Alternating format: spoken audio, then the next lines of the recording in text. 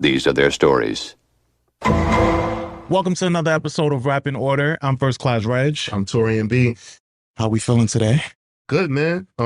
Ready to I'm excited for the episode for today. I'm very excited. It's a very it's an important project to me that's something that as I was researching this and like revisiting it and then going back to 96, like a lot of good memories. Stop looking at my notes. I'm just looking. Stay on my notes. I got notes too. I'm just looking. Notes. Know what I'm saying? So even before we get to that album, next weekend should be cool for you, right? You got something going to WrestleMania 40 in Philadelphia. Yeah. Happy. My girl surprised me, and originally we were just gonna go to like the live event, so we were gonna go to SmackDown. NXT has a show on Saturday. Then Sunday we would have chilled, found a bar, and watched WrestleMania somewhere. And then Monday is the Raw after WrestleMania. Okay. So she surprised me with that, right? And then she was like, ladies and gentlemen, like Sarah, like you don't half-ass anything on Sarah. So she's like, fuck it, we're going to Mania. They got Klarna. We can just pay an installment. Yeah. We gonna be in Philly. Yeah. All right, fuck it. Like, I mean, why not? Yeah. Shout out to Klarna. Yeah, man. It's WrestleMania 40, so we going. I'm excited to see like The Rock is like really leaning into this final bullshit. So I'm excited. Yeah, this nigga, what'd he do to Corey the other day? He beat the shit out of Cody Rhodes. Sorry. Yeah. They had a segment where basically he whispered in his ear, "What make you bleed?" And then Cody was like, he made a promise he can't. End of the show came, The Rock beat the dog shit out that nigga. And had him like laying outside in the ring. Yeah, like on some final bullshit. Yeah, like he. But is he a successful heel right now? Like I feel like people still love The Rock. Yeah. I think it's like you can't. He's so fit. It's like people love Ric Flair. Yeah. But he's a bad guy. Yeah.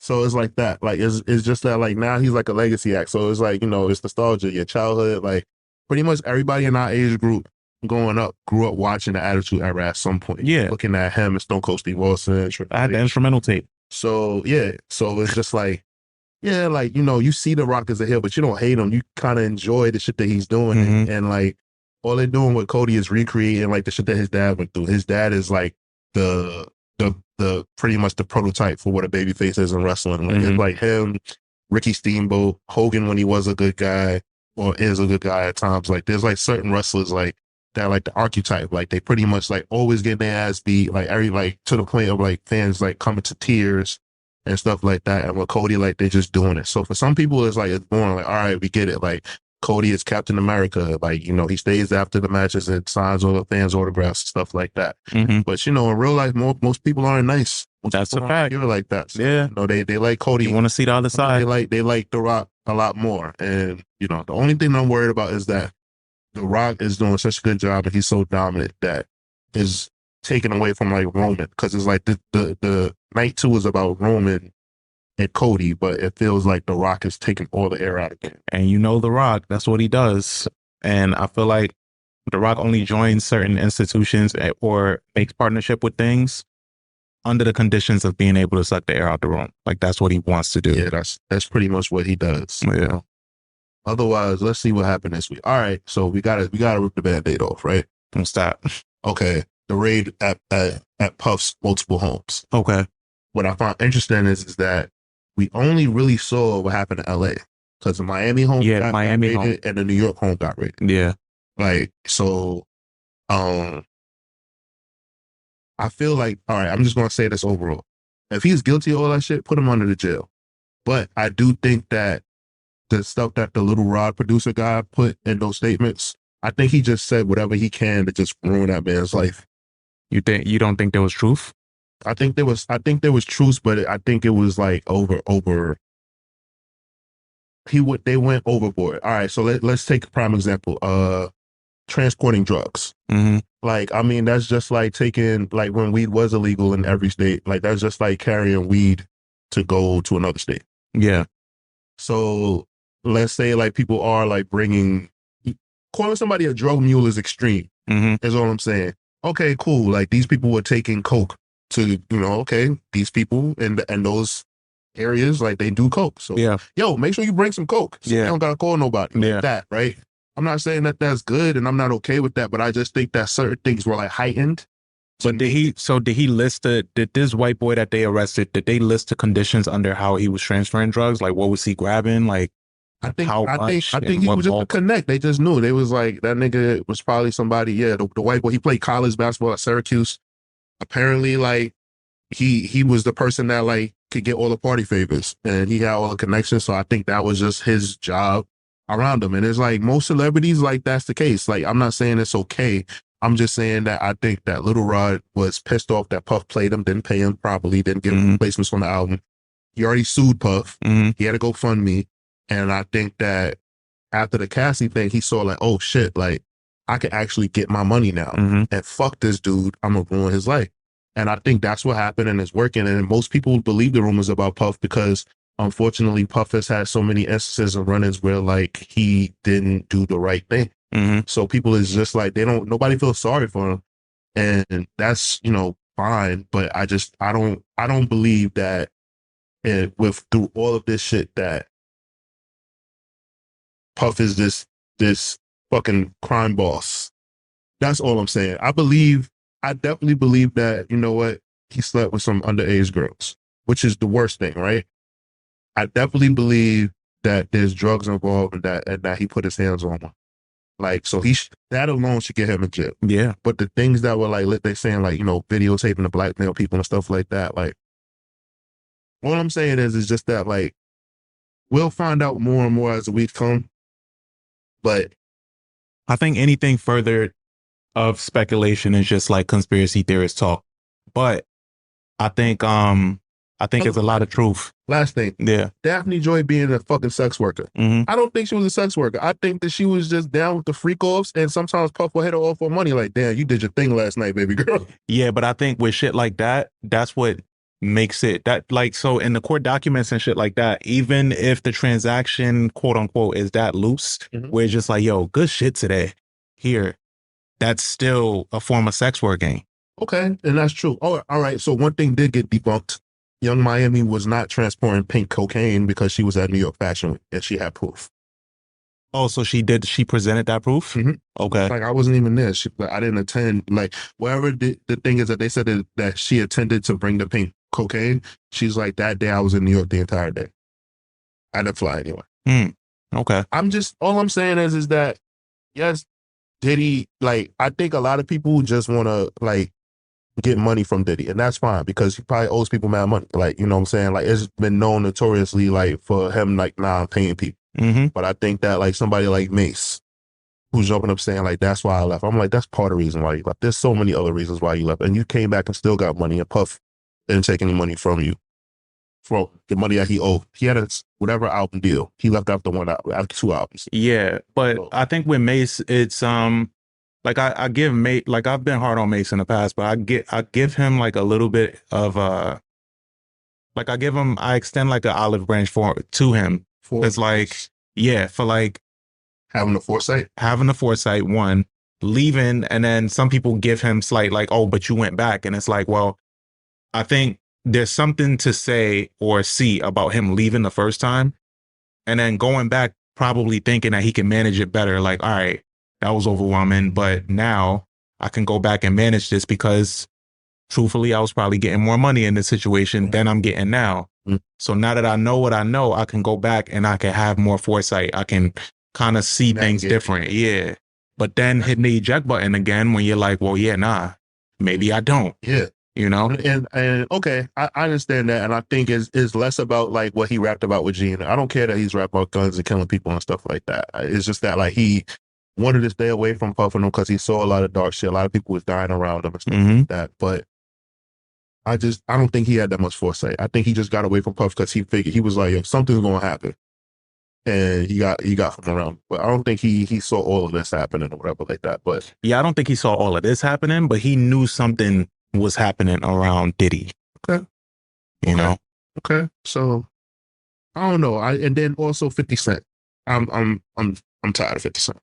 What? Well, so I hate when he goes on his tangents and he does shit like, oh, you a sex worker, blah, blah, blah. And it's like, yo, that's still your baby mom. Yeah, like like I think like his childhood was so like traumatic and fucked up. I don't think that he realizes like because he doesn't know what it's like to like love a parent. Like I Mm-hmm. think that he doesn't realize like yo, like your son loves his mother, bro. Mm-hmm. You're talking about somebody that your son loves, and you over here talking shit about her. Then you expect your son to eventually come to that understanding that he probably won't come to till he's like 30.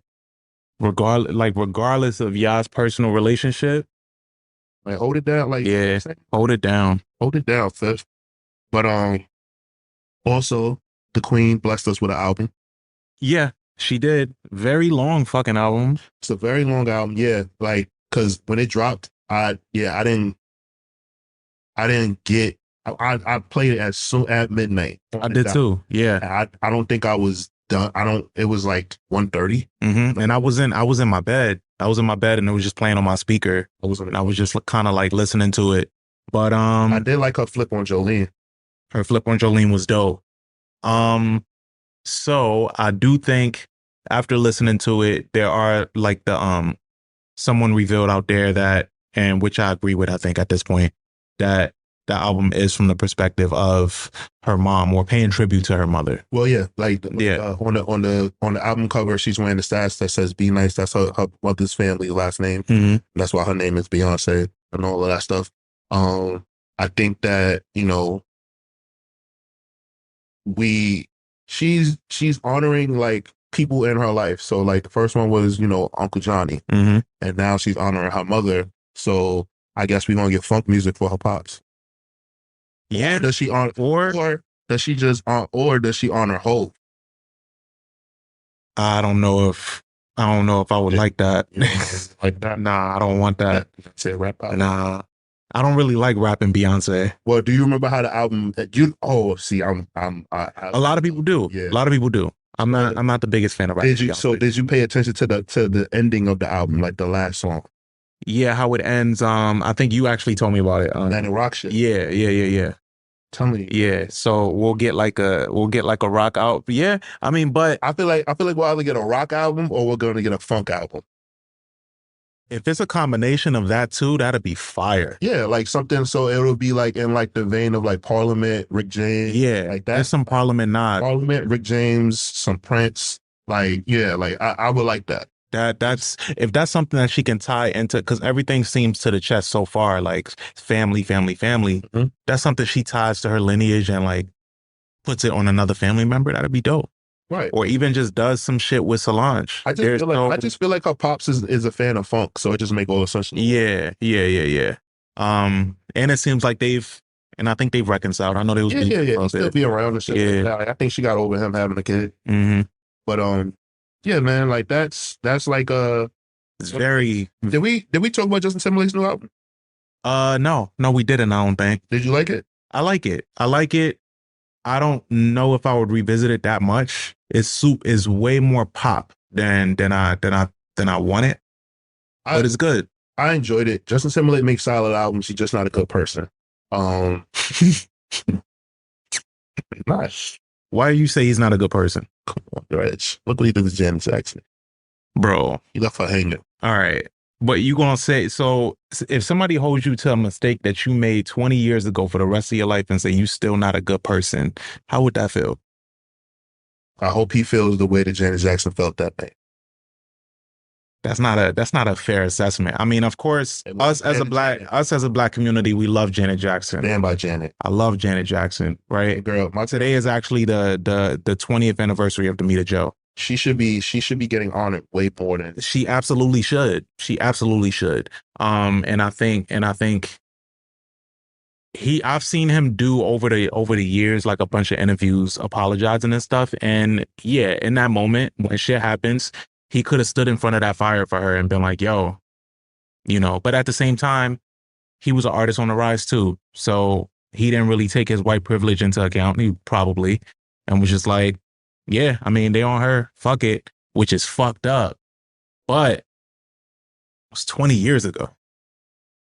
All right. I'm just 20. I'm not going to say he's a bad person for something he did 20 years ago. That's kind of crazy. Okay. Call me crazy. It's kind of crazy. I can't do it. I don't know this nigga. Call me crazy. You know? I mean, and then well, we're going to talk about that one in one of the promos, but we don't trust you and all this stuff. Oh yeah. I'll get to the nitty gritty of that. Yeah. Let's get into this album. Okay. So with one of the album that we're doing today, this gentleman is in one of the biggest rap crews of all time. One of the most recognizable logos of all time. And that's in any genre, just period. This guy, like, I always kind of champion him over the years for like his storytelling. He can be cartoonish in his approach, but like his storytelling is not like point A to point B all the time. And that's why I like it, because it's like it's all over the place, but you can follow it because it's vivid.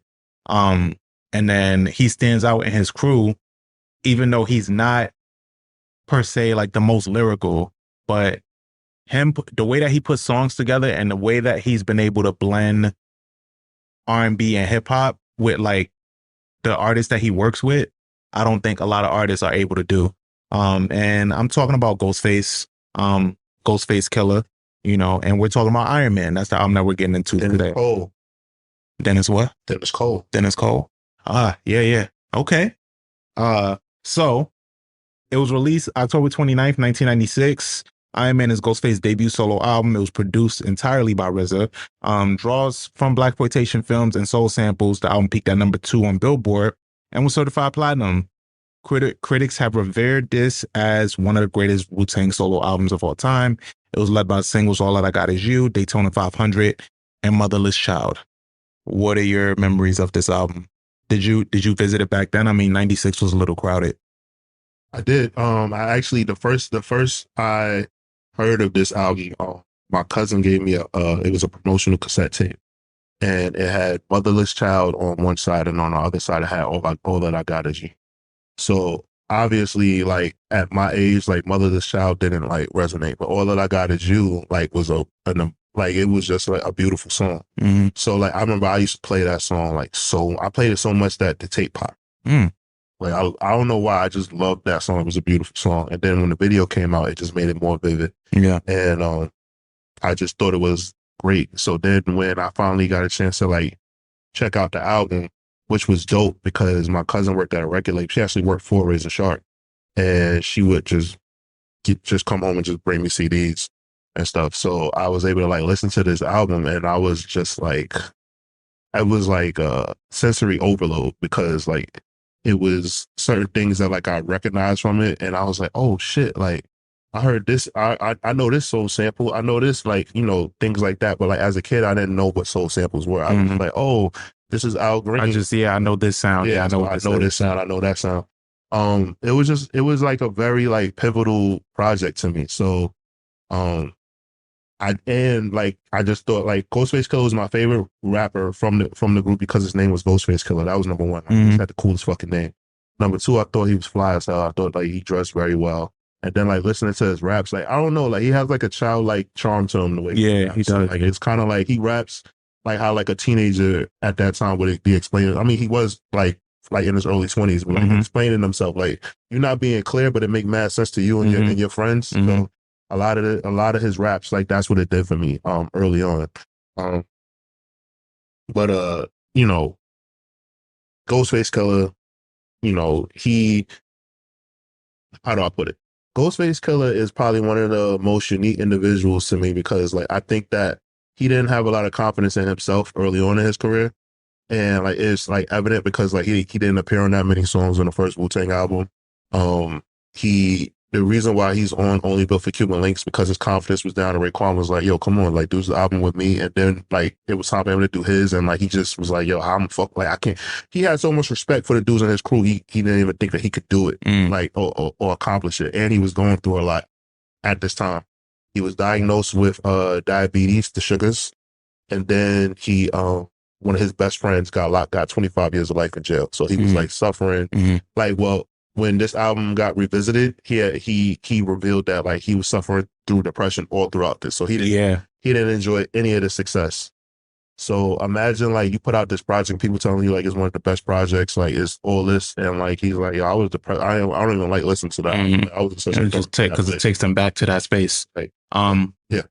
Yeah, no, I was gonna say, like, for me, back then, you know, like I said, 96 was pretty crowded. So like you had like a lot of albums that came out. Mhm. Of course, I was familiar with Ghostface and with Wu, but I think the only songs that made it to me back then were All That I Got Is You, of course, Daytona 500. Um, there's like a other select, 260. I remember my brother playing that. And I always liked the storytelling on it. But yeah, like back then, it took me years and some intent to go look for this and to even look for Ghostface catalog. Cause yeah, I think just Wu as a collective, I didn't really explore their solos until late. Yeah, it was kind of like you saw them before you heard them, Mm-hmm. right? But The only one that I heard in real time was Meth. Okay. Because he was the most right, he famous. was the most popular, right? And he was on the biggest label. Mhm. He was on Def Jam. He was on Def Jam. Right. But as far as like conceptual albums go, like this album is one of my favorite. And I think it also kind of developed me like really liking conceptual albums and like following like a theme and like, you know, knowing like where like the artist is going. It helped me understand what was being talked about a little bit more. Yeah. So as far as like this goes, but one thing that I always like to like do sometimes with myself is like ask myself which one is better, like Only Built for Cuban Links or Iron Man. Cause I think that usually like they talk about 3 projects that are like the best projects from Wu Tang. So it's Liquid Swords, Only Built for Cuban Links, and Iron Man. Like, you know, and then some people like talk about ODB's debut or they talk about Method Man's debut. But like to me, those 3 stand out. And for me, like Purple Tape is Purple Tape, but I revisit Liquid Swords the most of the 3. Okay. I think for me, are you just talking about debuts or of the debuts? Okay, okay. It's Only Built for Cuban Links for me. Yeah, and that's like that. I think that would be the majority answer. I feel like if we did like a poll online, like I feel like more people would say Only Built for Cuban Links than out of the 3. But like what the Jizza did on that project, like that was just, man, that like because it was just like a whole lot of he basically like broke down a lot, and he's like very intelligent. So like him like taking that route, like him and RZA, I feel like him and RZA like knew like because they cousins, like they were really gonna like lock in and do that. They really synced up for that. Yeah, like and they show a lot of that stuff on the Wu Tang show that's on Hulu. You said you only got through the first season, right? Second season. Second season. Yeah, the third season is pretty funny because it shows like how their lives are while they're famous, and it's pretty fucking funny. I got to check it out. I'm gonna definitely finish it. But did you? Okay. Other question. The albums that came out in '96, like is this album at the top of it for you? Nah, not at the top. It's in the highlights, but I got in '96. You got Reasonable Doubt. You got It Was Written. You got AT Aliens. Tupac dropped 2 albums that year. All Eyes on Me. Machiavelli. War. Yeah. Hell on Earth by Mobb Deep. Philadelphia by The Roots. Stakes is High by I'm fucking about drawing a blank. Oh, it's De La De La Soul. Muddy Waters by Redman. Dirty by UGK, and Becoming by Busta Rhymes. Yeah. 96 was 96 was crazy, but I think my number 1 from 96 is Reasonable Doubt. Yeah, me too. Because it has the most replay value for me. It Was Written, yeah. I think so, yeah. It Was Written is number 2. I enjoy both, but yeah, I put Reasonable Doubt as the most important rap album of '96 in my opinion. It Was Written was great though, and it was written aged so good. Yeah, It Was Written aged so good that everybody went back and was like, "Wait a minute, maybe this is better than Illmatic." You know? Oh shit, yeah, yeah. Right. People do say that. People do say that, but yeah, man. Oh, there's an interview with Ghost says that like another reason why he doesn't like this album is because he did it because he was in such like a bad state that he knows that like he put his best foot forward to compete with everybody that released albums in '96. So like in his mind, when he gets the praise, he's like, yeah, but like I ain't like he don't feel like he out rap niggas. Like he thinks he's nice, but he don't think that he like really like put his stamp and like really outshine the other albums that dropped in '96, which is pretty like self-aware and pretty cool. It is very self-aware. I mean, he has a lot of moments on this album where he's outshined. Yeah, he has a lot of those. I mean, fucking was it Capadonna on Winter Wars? Oh, yeah. That went crazy. Yeah. Yeah. Yeah. There's some joints on here like Master Killer, Inspector Deck almost always really outshines a lot of them. But this intro, so Iron Maiden, Raekwon, Capadonna kicks it off. Production is incredible. I think they both outshined him on this too. Yeah, they did. The opening of the album, right? The dialogue is from this, like, and it's placed throughout the entire album. It's from this movie. It's a blaxploitation film, and it's called The Education of Sonny Carson. Mm-hmm. So it opens with that, and I was like wondering, I'm like, why the fuck is this like such like a why this movie, like, of all the blaxploitation movies? And you know, it's basically a like a coming of age film about a kid navigating like the ghetto and like basically getting an education in school and in the streets. Okay. So that's really cool. Did you talk about the sample flips? No. Okay, so there's 2 samples on this one. It's the Al Green sample from Gotta Find a New World and Strong as Death, Sweet as Love. Those are the 2 Al Green samples that are at this project. And it's just like RZA, I know RZA says he ain't do no drugs, but I just I just feel like you should gotta be on some kind of drugs. You have for your brain to just go there. Also, think about this, right? Like they a lot of this album, like, you know, they did crate digging and everything like that, but music had to be played so much in his household for him to like have that like that's like kind of genius level to me.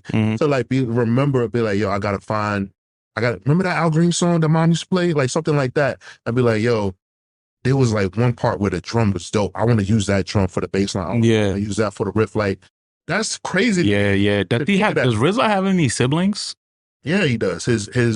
So like, remember he has a sister who's Ghostface Killah's baby mother. Okay. And then he has his brother, and his brother's name is Divine.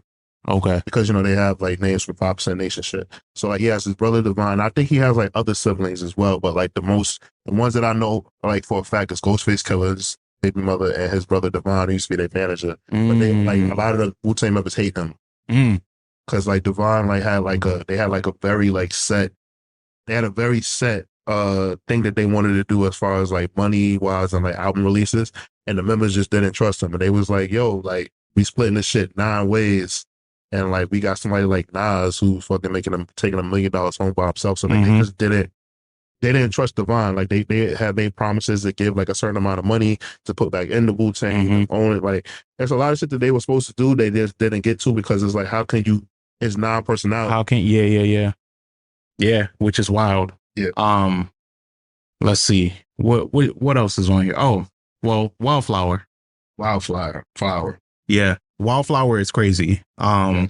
So he's basically talking about this woman cheating on him while he's out on tour.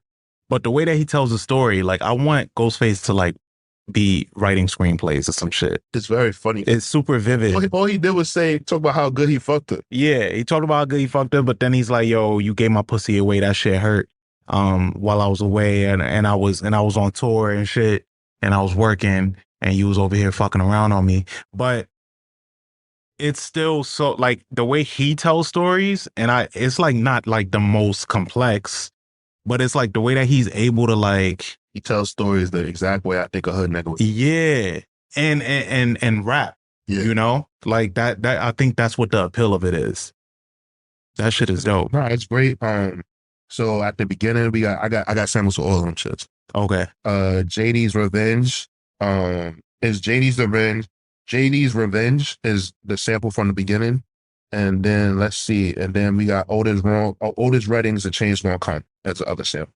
And I'm just like, damn, how did he hear that? And like, how do you put both of those in this? Yeah, it's like, it's just one of those interesting things. But yeah, like, so on Wildflower, like, you know, he just basically saying like, yeah, like, you know, you ain't follow none of the teachings of the Papa Nation that I taught you. Was That was my headphones. okay. Yeah. So he was like, you know, like he was like, so you lost out here in the world. Like, you know what I'm saying? They talking they gods of earth shit.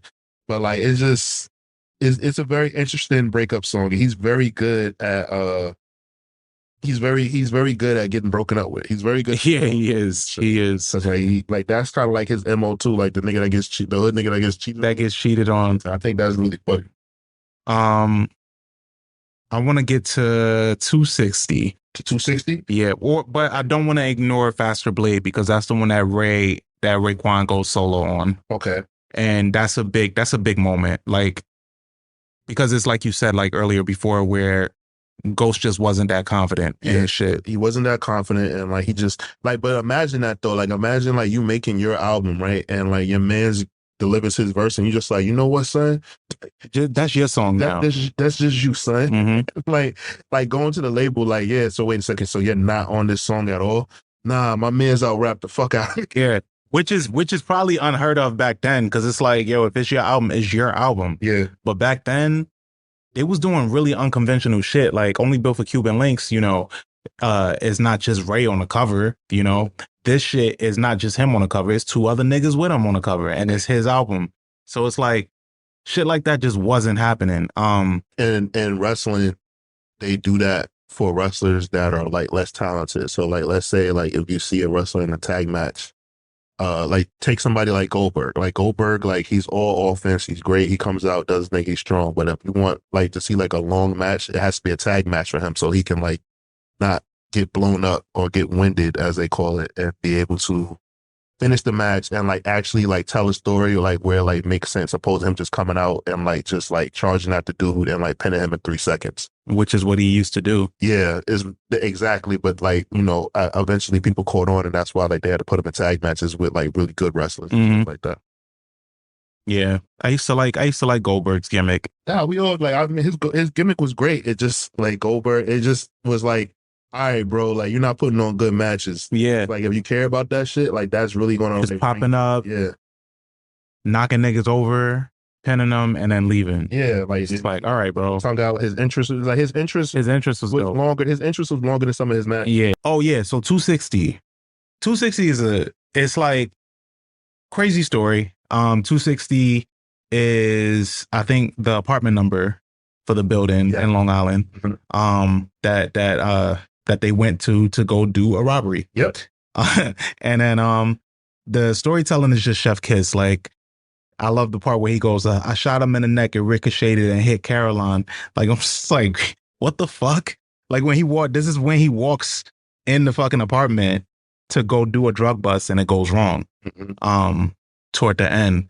But it's so vivid and it's so quick, but you get so much out of it in like less than 3 minutes. Yeah. And it's funny because they use a lot of like Papa Center terminology. Yeah. And it's like a wacky story. And like I'm shocked that like Irv Gotti didn't try to like turn this into a real story for like that show Tales that he had. Like there's a lot of those moments that Ghostface has that should be turned into that. Right. And let's see what the sample is on this one. Al Green, You Ought to Be With Me. And for the opening, another The Education of Sonny Carson. Oh, okay. Okay. And then let's see. Oh, Assassination Day. Another song that doesn't feature Ghostface, but Master Killah's on it, Inspector Deck, RZA, and Raekwon. Master Killah shined on this shit. Yeah, he did. Master Killah shined, and I always get sad for Master Killah because his album was one of the albums that got caught up in that flood. And like, you know, I feel like it sucks because there's Wu Tang members that careers probably would have like flourished if that flood didn't happen, and if they ever got to come out. Like there's like I want to say it was either Inspector Deck or Master Killah. I can't remember, but like they put out their debut album in like 2000. Yeah. Like think about that was just that sucks. You said Master Killah or who? Or Inspector Deck. I think it was Inspector Deck. Like they put out their debut project like that late. Like, you know what I'm saying? Like they missed the whole wave of like Wu Tang pandemonium. Yeah. If them niggas was on No Limit, all of them would have had albums come out within 6 weeks. Within weeks, yeah. Yeah. Like I get it that like the RZA was like really meticulous and like they had like a plan. But like, I really do think that it's sad that all 9 members didn't get to put out like their debut project on the time frame that they wanted to, because like they had to like sacrifice. And I think that's why like somebody like you God is like very bitter. Yeah. Because like, you know, he always shined and knew what he could do, but like we never got to see like in that moment, because You got always had great verses. yeah, in my opinion. like think about this, right? A lot of them got to make these projects in their early 20s, right? So by the time they got older, like they had a different perspective, but we didn't get the perspective from all of them when they were in their early, when they were younger. Yeah. And when it would have probably had more of an impact. Yeah, like, because you got to think, as they got older, they probably like changed like a lot. So, well, I'm not probably, they did. They all these men like changed like a lot, and like certain things just passed them by. Like that moment kind of passed by them, whatever, like that. So that was cool. Well, not cool, but like kind of fucked up and sad. Like it just sucks that, because it's like every member in Wu Tang is really good at rapping. Yeah, they all share that for sure. And this name is like very like fitting for Master Killah, because like they said that about him, like, because he, if I'm not mistaken, they say that Master Killah has the best verse on 36 Chambers, period. Was it Master Killah that they said that about? Which verse was it? Can it be also simple? Yeah, that is okay. I will have to go back and listen to that one. Check it out. Let's see. Elsewhere, we got Method Man. He pops up. Yes, he does. On Box in Hand. Yeah. So the funny thing about that, right? If you have the original version, it's called Box in Hand, but they changed the name to, I think it's Wu Will Survive. Yeah. So I don't know what made them change it. I don't know why they switched it up, but it's like, so some people will be like, yo, I love Box in Hand. You be like, I never heard of that song. And it's just like, oh, and you be like, oh, is Wu Will Survive? And it's pretty interesting because, you know, like they do a rendition of the Jackson 5's Never Can Say Goodbye. Pretty cool. And yeah, like, I mean, that still to show Yeah, he does. Man, Meth has a very unique legacy, because it's like now there's a whole era. Like I could probably ask my little cousin if he knows Method Man, and he's like, yeah, he'll probably say that's the guy from Power. Yeah, it's crazy. Or How High, you know, like when they watched it. But yeah, Method Man I think has one of like the most like it's funny because he definitely reached like really high highs with his career, but like when we were younger, I thought he was going to be like the biggest thing. I thought so too. I think he worked with Pac, right? Yeah, he did. Yeah. I think he just made like a lot of sacrifices as far as like trying to like, you know, help other Wu-Tang members and things like that, and like being like a good soldier for the team.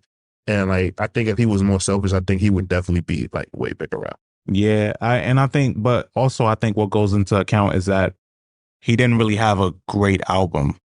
Takal? Yeah, I remember somebody tried to tell me that Takal was a classic, and I was like, have you listened to that album? Yeah. I think that's what kind of tarnished his legacy as a rapper a little bit. Like he didn't have that album, because he already had the hype, but he didn't have that one. Yeah, he didn't. On Winter Wars, what's interesting is that this was on the Don't Be a Menace to South Central White Drinking Your Juice in the Hood soundtrack, which is funny because it's like you hear that now, you be like, that don't help like a single or whatever like that, but like back then, like getting placement on a soundtrack was a huge deal. So like so many soundtracks were just a bigger deal. Yeah, and I wish soundtracks could be a big deal again. I think Metro's working on that right now. What he did with Spider-Verse is pretty cool. Yeah, but I think that's true. I don't know. It just doesn't have the same effect for me. Like when I listen to an album, it all just feels thrown together when it's a soundtrack now. Like it doesn't. I get what you're saying. I mean, yeah, Panther soundtrack, they're good. Yeah, that was amazing.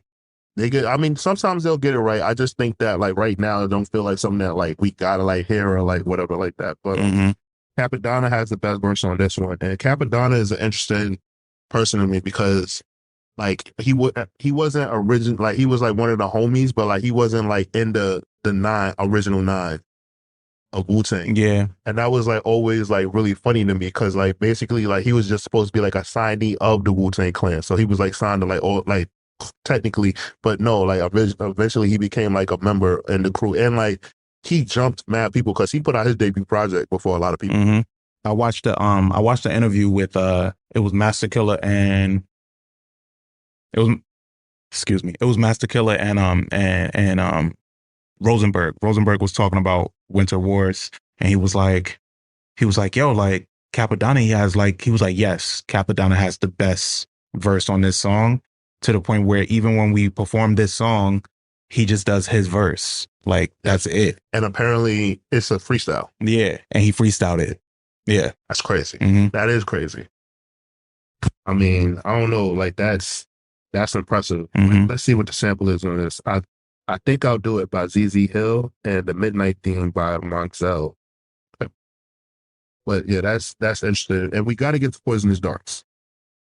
Oh, yeah. Let's do So it. there's 2 samples by Annie Peoples on there. Mhm. And there's dialogue from The Mystery of Chess Boxing, which is a kung fu movie. Ghostface definitely like shines on this one. Mhm. And it's funny because like they call their darts their verses, like their lyrics and stuff like that. Yeah. It's being called Poisonous Darts. He killed this. Yeah. He said, I don't eat meat. I slap blood out of Purdue. I was like, yeah, that's it. I fuck with that word. Like, I think, like, if I had to like explain to somebody like why Ghost is one of the greatest rappers of all time, I think this verse from Poisonous Darts. This is a really good verse. All of them really, yeah. All of them went in on this verse. On this song. What else? Oh, Kame. I like Kame. Okay. This is the opposite of Wildflower. Yes. Yeah. Nice to women. A little more delicate. Yeah. You know? Cap said, your hair do way more class than Halle Berry. Caught visions of me and you riding the ferry. It's like just hood nigga romance. Hood niggas telling. We got the Teddy Pendergrass, Can We Try sample on there. The South Side Movement is on there, and Marquez Brel. I can't even like because it's in French for the hook. I can't even pronounce what the fuck that shit says. But yeah, like all 3 of them like definitely like came and like showed improved. Mm-hmm. And also I want to say how impressive like Raekwon is on this project. Like it seems like Raekwon is just always ready. Yeah, he is. Like his pen, like he's always ready to just go in there and do what he got to do. The chef. Yeah, like he's cooking. I feel like he really just be having verses just already there, and then you just ask him to spit, and he has one that'll go with whatever it is that you got. Right. And then let's see. So we got Fish, which has Otis Redding's "A Change Gonna Come." This is the second time on the album that "A Change Gonna Come" is used, which is pretty interesting. And then they have dialogue from the movie Crime Inc. And then they also have dialogue from the TV show Crime Freedom. And you know, Fish obviously is a metaphor for cocaine. So I just think that's pretty cool, like how like they use that term and like talk about selling drugs. That nigga said we eat fish, toss salads, and rap ballads. Yeah, like it's fucking funny as hell. Elsewhere, we can't talk about this album without talking about After the Smoke Is Clear with the Delphonics. No, is it Delphonics? Yeah, it is Delphonics. Yeah. Which we know from the Drink Champs, the Drink Champs episode, that they recorded this after he got Delphonics involved in the shootout. Which is funny because he said that them niggas had guns too. Yeah, that's funny. Crazy. That's crazy because you got to think like you just assume like, yo, I ruined everything. Yeah, niggas is about to run for the hills, and they was like, nah, it's all good. Yeah, and they went and recorded a song after that. Yeah. That's crazy. And this song samples Jimmy Ruffin's, the brother of David Ruffin, What Becomes of a Broken Hearted Man.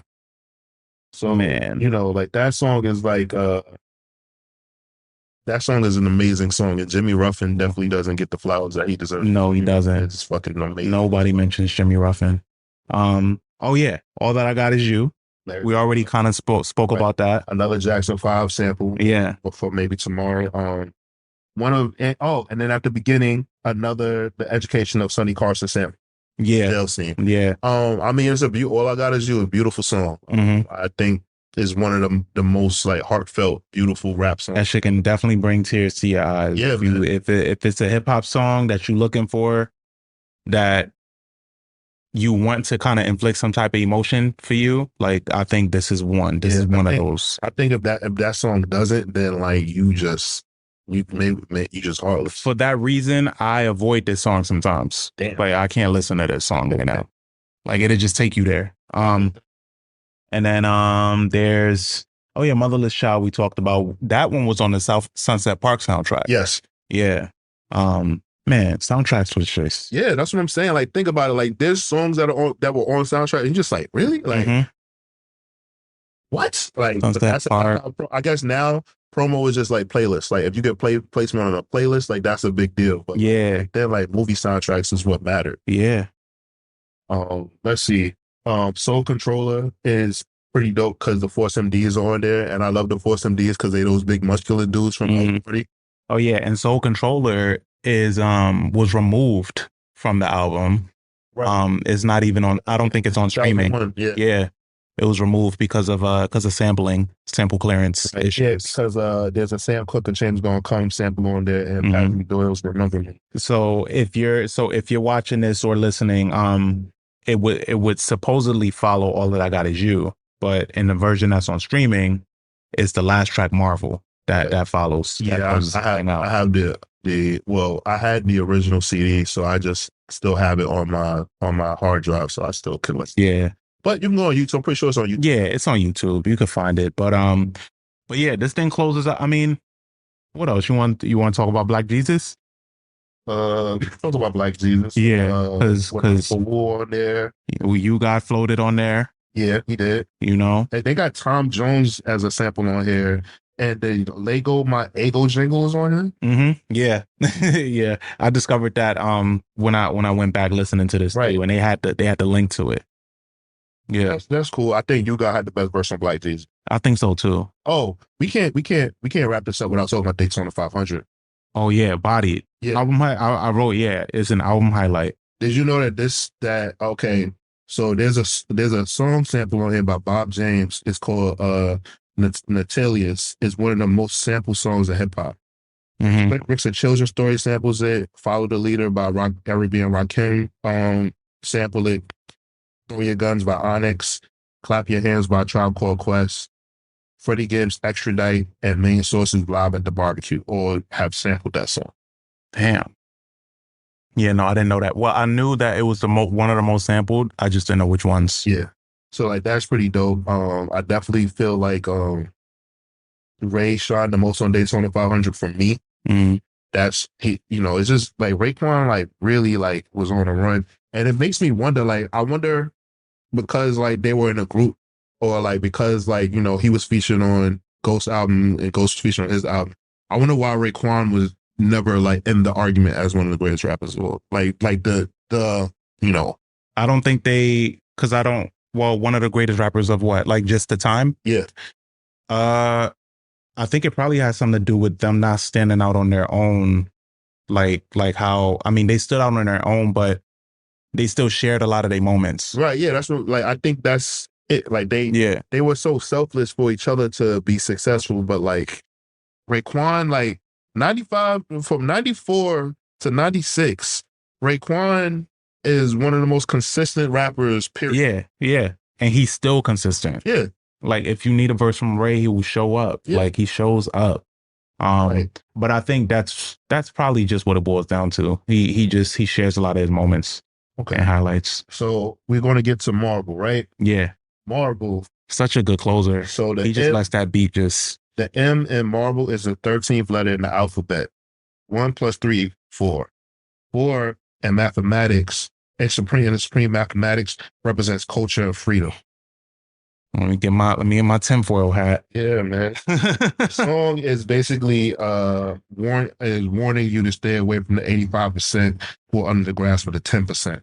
The 5% are the poor, righteous teachers and poets that are here to supply knowledge and understanding. Okay. That's the RZA. Yeah, man. That's the shit. That's his shit. At the 5% nation. Yeah. They know everything. Man. That's his shit he be on. Yeah, but sometimes like RZA be in his bag when he be rapping, but then it's sometimes where it's such a odd thing too, because he makes the beats, but he be rapping like he don't hear the beat. Oh yeah. RZA definitely, I think doesn't get the credit for that offbeat rapping shit. Yeah. Yeah, no, cause I don't know. The way that he's doing it is like he's not acknowledging the beat at all.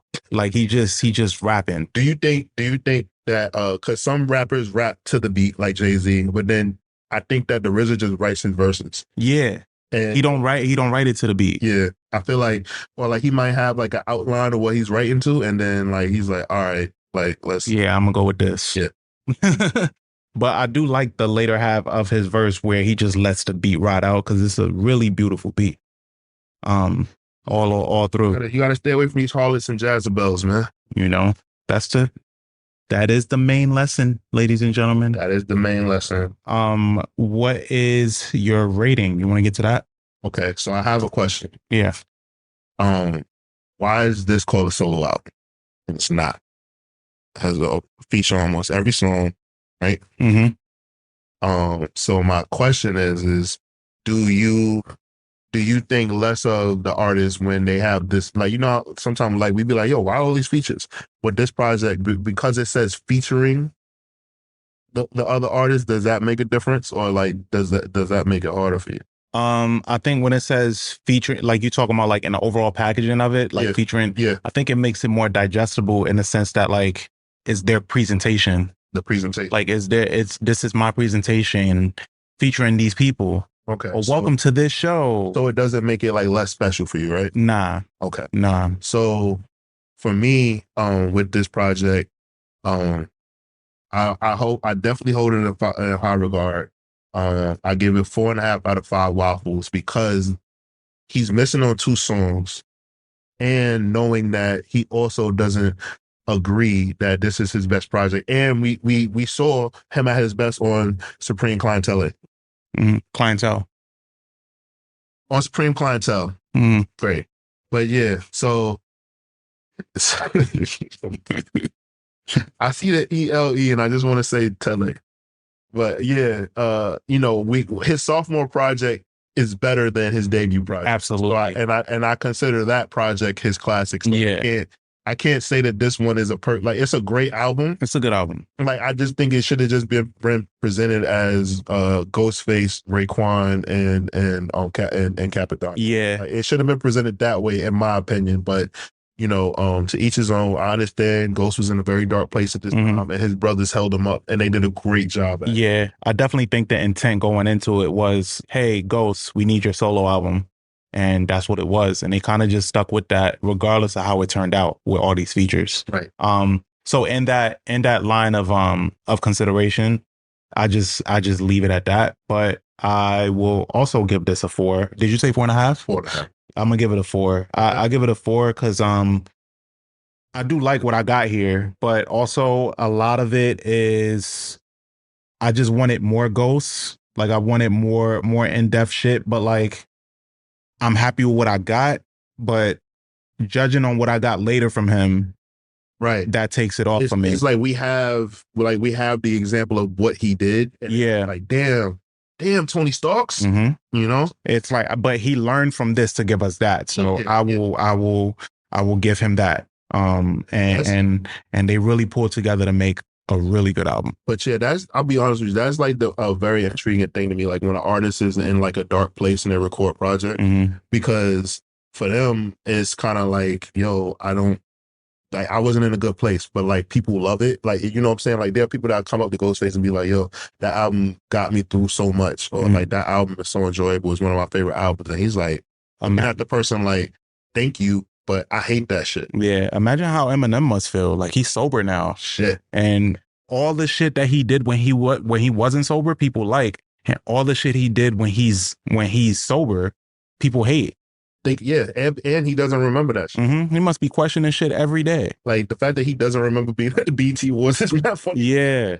So like, and that's when he was putting out his best shit. So it's like, yo, damn. And in a way, like the audience, like we kind of be fuming their vices a little bit. Because it's like, damn, like when Wayne, like niggas is like, no, Wayne better not put that cup down. And it's like, God damn, bruh. Like what? But no, I definitely give this album a 4. I would say for you guys to definitely check it out. Let us know what you think. I'm First Class Reg. And I'm Taurian B. We're out of here. Catch you guys next time. Dun dun.